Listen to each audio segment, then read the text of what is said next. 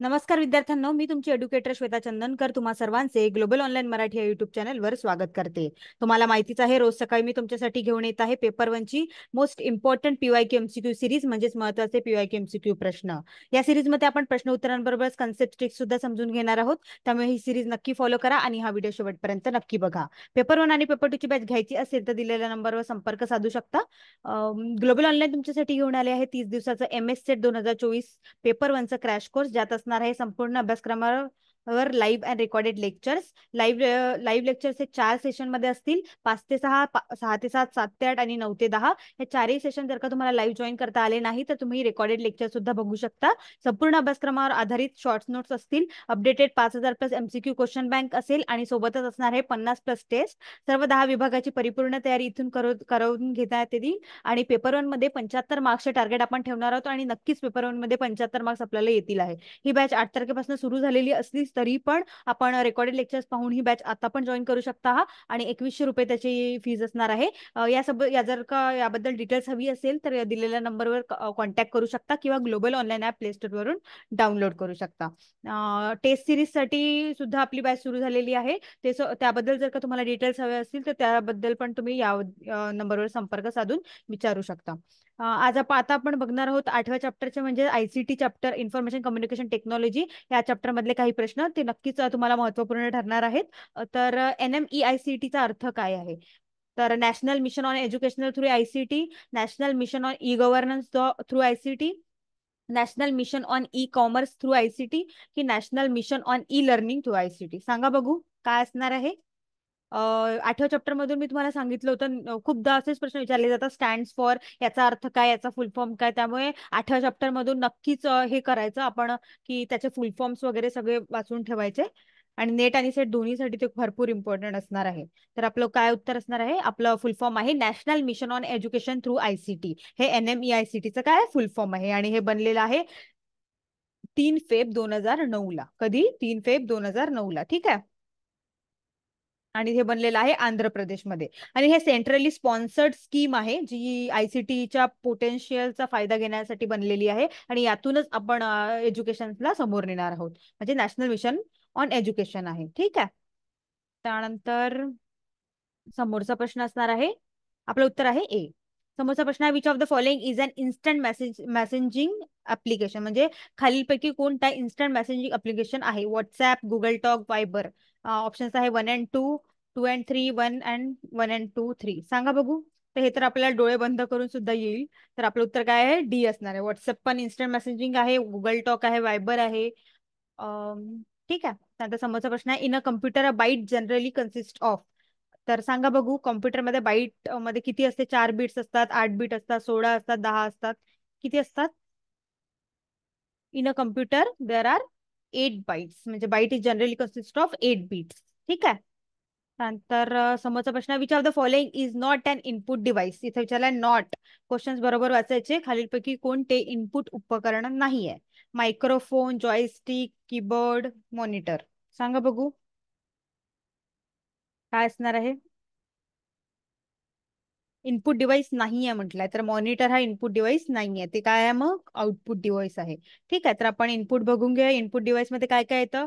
Keyboard येतं, Mouse येतं, touchpad येतं, स्कॅनर येतं, जॉयस्टिक येतं, मायक्रोफोन येतं आणि वेब कॅमेरा येतं. हे कशात येतं? हे इनपुट मध्ये येतं. ठीक आहे. त्यानंतर आउटपुट मध्ये काय येतं? आउटपुट मध्ये मॉनिटर येतं, प्रिंटर येतं, हेडफोन येतात, स्पीकर येतं. हे काय आहे? आउटपुट आहे. त्यामुळे 8व्या चॅप्टर मधून आउटपुट, इनपुट, पेरिफेरल डिव्हाइस आणि बीट बाईट, KB वगैरे जे आहे त्याबद्दल नेहमीच प्रश्न विचारले जातात. त्यामुळे ते खूप महत्वाचे ठरते. ठीक आहे. त्यामुळे ते नक्की वाचा. आणि पाचवा प्रश्न आहे, which of the following is an open source software? म्हणजे खालीलपैकी कोणते ओपन सोर्स सॉफ्टवेअर आहे? MS Word, Windows, Mozilla, Acrobat Reader. सांगा काय असणार आहे. ओपन सोर्स सॉफ्टवेअर आहे मोझिला फायरफॉक्स. ठीक आहे. त्यामुळे ते नक्की लक्षात ठेवा. ओपन सोर्स सॉफ्टवेअर कोणता आहे? तर मोझिला फायरफॉक्स आहे. ठीक आहे. त्यानंतर समोरचा प्रश्न आहे, which of the following enables us to send the same letter to different people in MS word? म्हणजे खालीलपैकी कोणते MS वर्ड मध्ये आपल्याला समान पत्र वेगवेगळ्या लोकांना पाठवण्यास सक्षम करते? Mail join, mail copy, mail insert की मेल मर्ज? सांगा बघू काय असणार आहे. Which of the following enables us to send the same letter to different people in M S world. तर त्याचं काय उत्तर आहे? Mail merge. मेल मर्ज मध्ये काय असतं, तर एम एस वर्ल्ड मध्ये आपल्याला समान पत्र वेगवेगळ्या लोकांना आपण पाठवू शकतोय. ठीक आहे, त्यानंतर आपलं उत्तर आहे डी. समोरचा प्रश्न आहे, the process of copying files to a CD ROM is known as. CD ROM मध्ये फाईल्स कॉपी करण्याची प्रक्रिया म्हणून ओळखली जाते. Burning, zipping, digitising, ripping. सांगा बघू काय असणार आहे. आपण सीडी रोमला जे करतो की नाही, आपण कॉपी फाईल्स करतोय, the process of copying files जे आपण सीडी रोमला करतोय ना, त्याला बर्निंग असे म्हटलं जाते. सीडी रोम काय करतो, आपण बर्न करतोय. म्हणजे काय करतोय, आपले फाईल्स तिथे टाकतोय, म्हणजे ती सीडी बर्न होते. ठीक आहे, त्यामुळे आपलं उत्तर काय असणार आहे? बर्निंग असणार आहे. सीडी रॉम मध्ये फाईल्स कॉपी करण्याची प्रक्रिया याला बर्निंग असे म्हणून ओळखल्या जाते. ठीक आहे, नंतर समोरचा प्रश्न आहे, an unsolicited email messages send to many recipient at once is a. एकाच वेळी अनेक प्राप्तकर्त्यांना पाठवलेला एक अवांछित ईमेल म्हणजे काय? Worm, virus, threat, spam. काय असणार आहे? सांगा बघू. त्याला स्पॅम असे म्हटल्या जाते. अनसॉलिटेटेड ईमेल जे येतं मेसेजमध्ये, जे आपला ईमेल आयडी जेव्हा आपण खोलतो का ना, तिथे आपण एक स्पॅम म्हणून ऑप्शन असते. तिथे आपल्याला जे अनवॉन्टेड असे अनसॉलिटेटेड असं वाटतं की त्यामध्ये काही प्रॉब्लेम आहे, असे सगळे ते स्पॅम मध्ये जातं. ठीक आहे, त्यामुळे त्याचं उत्तर काय असणार आहे? स्पॅम असणार आहे. एकाच वेळी अनेक प्राप्तकर्त्यांना पाठवलेला ते एक मेल असतो. ठीक आहे, त्यानंतर समोरचा प्रश्न आहे, the statement the study design implementation support और management of computer based information system particular software application and computer hardware refers to development. म्हणजे कम्प्युटरवर आधारित माहिती प्रणाली, विशिष्ट सॉफ्टवेअर अनुप्रयोग आणि संगणक हार्डवेअरचा अभ्यास, डिझाईन, अंमलबजावणी, समर्थन किंवा व्यवस्थापन हे विधान विकासांना सूचित करते. तर ते काय आहे? आयटी आहे, इन्फॉर्मेशन टेक्नॉलॉजी आहे, इन्फॉर्मेशन अँड कोलॅबोरेटिव्ह टेक्नॉलॉजी आहे, की इन्फॉर्मेशन अँड डेटा टेक्नॉलॉजी आहे, की आर्टिफिशियल इंटेलिजन्स आहे? सांगा बघू काय असणार आहे. ते असणार आहे इन्फॉर्मेशन टेक्नॉलॉजी. ठीक आहे, आपलं उत्तर काय असणार आहे? ए असणार आहे. 10th is a type of memory circuitry that holds the computer startup routine. Memory सर्किटरीचा एक प्रकार आहे जो संगणकाच्या स्टार्टअप दिनचर्या धारण करतोय. तर सांगा बघू काय असणार आहे मग. RIM read initial memory, RAM random access memory, ROM read only memory, की कॅचे मेमरी? काय असणार आहे आपलं उत्तर? ते असणार आहे रोम असणार आहे. ठीक आहे, माझ्यासोबत सुद्धा तुम्ही उत्तरे देत चला, आणि कमेंट सेक्शन मध्ये जर का मी 15 प्रश्न घेतले असेल या व्हिडिओमध्ये, तर 15 पैकी किती तुम्हाला उत्तरे आली ती नक्की कमेंट सेक्शन मध्ये कळवा आणि अभ्यास करा. समोरचा प्रश्न आहे, the data storage hierarchy consist of. हे जे डेटा स्टोरेजचे पदानुक्रम आहे, समाविष्ट आहे, हे खाली दिलेल्या ऑप्शन्स मध्ये आपल्याला याचा आपल्याला सांगायचं आहे. सांगा बघू. Bit, byte, field, record, file, database. Bit, bytes, field, record, files, database. Bit byte सांगा बघू काय असणार आहे मग. मग काय असणार आहे? आपलं उत्तर असणार आहे बीट. बघा, मी आताच तुम्हाला सांगितलं होतं, आधी बीट येते, त्यानंतर बाईट्स येतात, नंतर field, record, files and database. अशा प्रकारे काय असतं, ही हेरिचेरी आहे. त्यामुळे आपलं उत्तर काय असणार आहे? बी असणार आहे. नंतर which of the following domains is used for profit business. खालीलपैकी कोणते डोमेन नफा व्यवसायासाठी वापरले जातात? ORG, नेट, एज्युकेशन .edu की .com? कशासाठी वापरले जातात डोमेन प्रॉफिट बिझनेस साठी?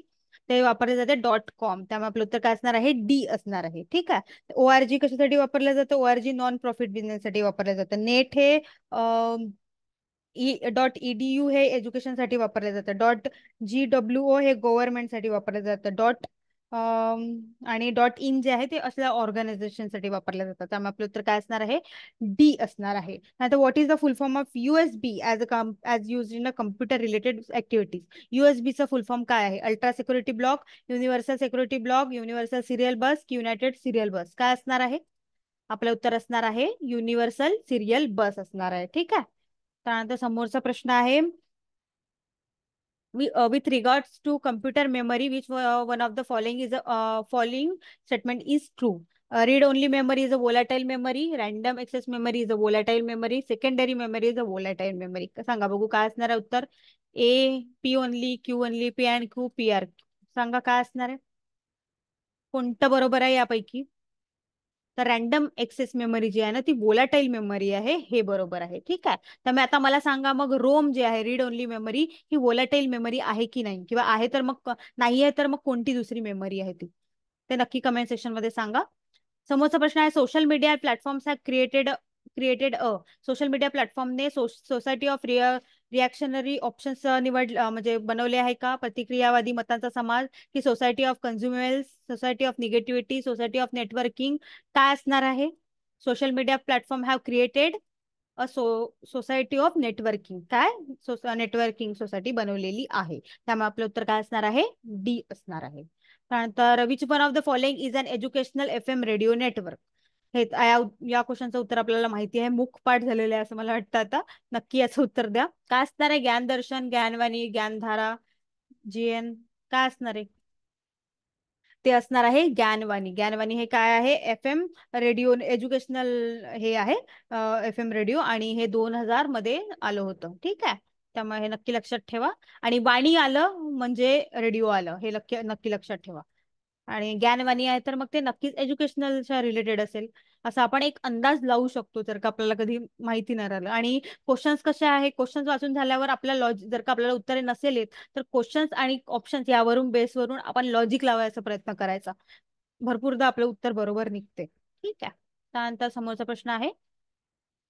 16 प्रश्न आपण घेतलेले आहे या व्हिडिओमध्ये. 16 पैकी तुम्हाला किती प्रश्नांचे उत्तर आले ते कमेंट सेक्शन मध्ये नक्की कळवा. आणि रीड ओनली मेमरी ही कोणती मेमरी आहे ते नक्की सांगा कमेंट सेक्शन मध्ये. आणि पेपर 1 आणि पेपर 2 ची बॅच घ्यायची असेल तर दिलेल्या नंबरवर संपर्क साधू शकता किंवा global online app play store वरून डाउनलोड करू शकता. आणि टेस्ट सिरीज साठी सुद्धा आपल्याकडे बॅचेस उपलब्ध आहेत, ते सुद्धा घ्या. आणि क्रॅश कोर्स सुद्धा सुरू झालेला आहे, त्याचा पण फायदा घ्या. आणि जोमाने अभ्यास करा. MS सेट एक्झाम आता लवकरच आहे, 7 एप्रिलला. All the best. Thank you.